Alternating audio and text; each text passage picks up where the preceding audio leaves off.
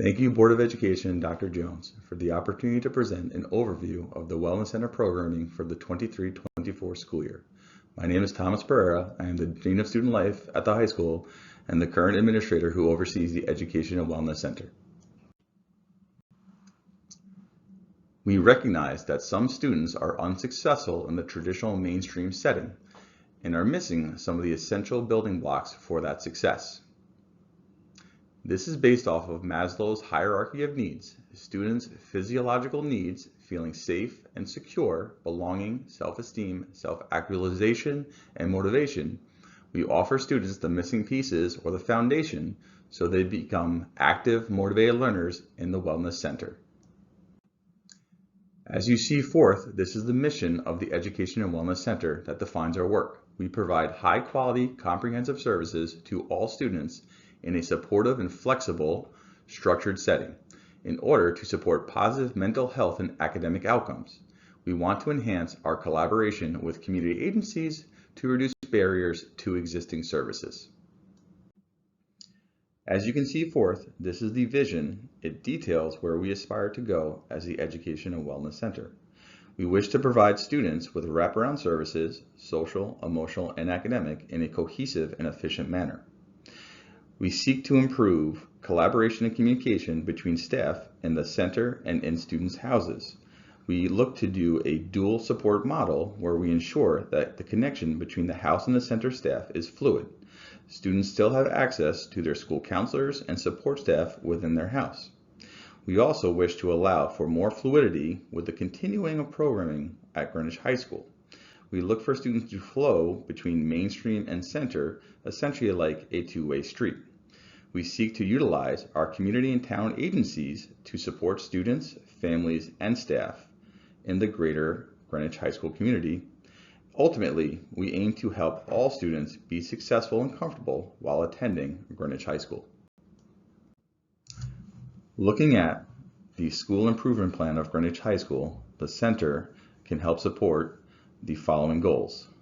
The fourth goal of increasing the graduation rate to 97%, the fifth goal of increasing our family and community engagement, and the sixth goal of increasing our students' sense of belonging with a stronger connectivity to Greenwich High School. Within the Education and Wellness Center, there are three major components of it. There's an academic program, there are community agencies, and there are additional mental health supports.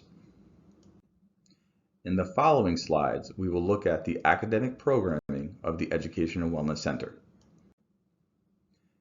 A student who has not been successful in their house setting after utilizing the MTSS process and support, then the house and center staff will meet to discuss the social, emotional, and academic concerns to determine if the Wellness Center will be a good placement for the student. For an identified special education student, we hold a PPT to review and revise the current IEP. For our general education student, we look at their schedule and revise their schedule according to their needs.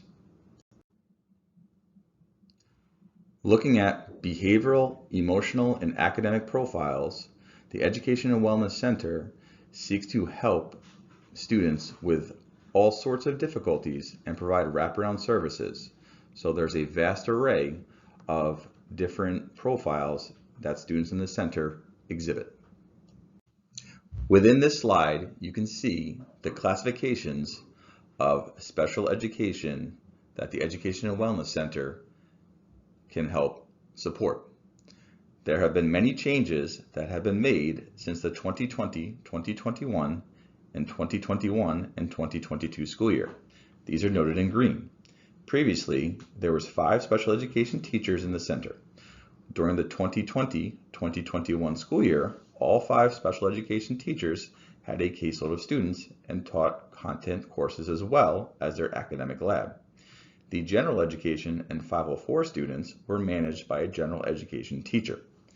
During the 2021-2022 school year, 3 of the special education teachers held a caseload, while the remaining 2 did not hold a caseload in the center and instead were co-teaching out in the houses and taught one content area class in the center. During the 2022-2023 2023 school year, there was a change in the staffing and case management model. 2 special education teachers were sent house-based to help support co-teaching, leaving the 3 remaining special education teachers to hold a caseload and continue to also teach content area classes. It should be noted that currently there are 2.7 special education teachers, as one of the special education teachers now spends 0.3 of their billet at Windrose. General education students are still able to access center courses. However, there is not one particular teacher who manages these students. And these students who are general education only have the ability to access those courses taught by general education staff. As you can see, there has been an increase in the caseload for special education teachers, as exhibited by the totality of students and the ratios below. In the slide below, you can see our current staffing model, which includes 1 dedicated administrator, 2.7 case managers, though we currently only have 2 case managers due to a retirement and a resignation. We have a full-time school psychologist, full-time social worker, 2 professional assistants. Unfortunately, we are now operating with only 1 professional assistant, and some examples of our courses taught by our general education teachers.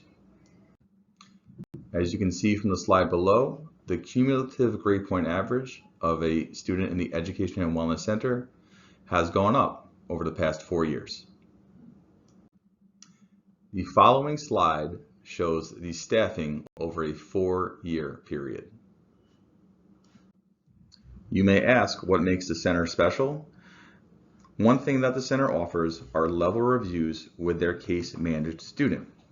They look at a student's current level of performance and where they seek to be in terms of behavior, attendance, academic, and transition.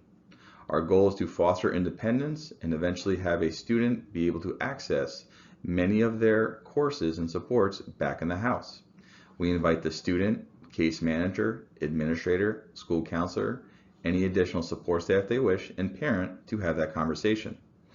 We also, in terms of their curriculum, we tailor the curriculum to the differentiated needs of the student. This is reflective of the scope and sequence of our district curricular expectations. Things like seat time and work days are offered for students as an opportunity to get caught back up.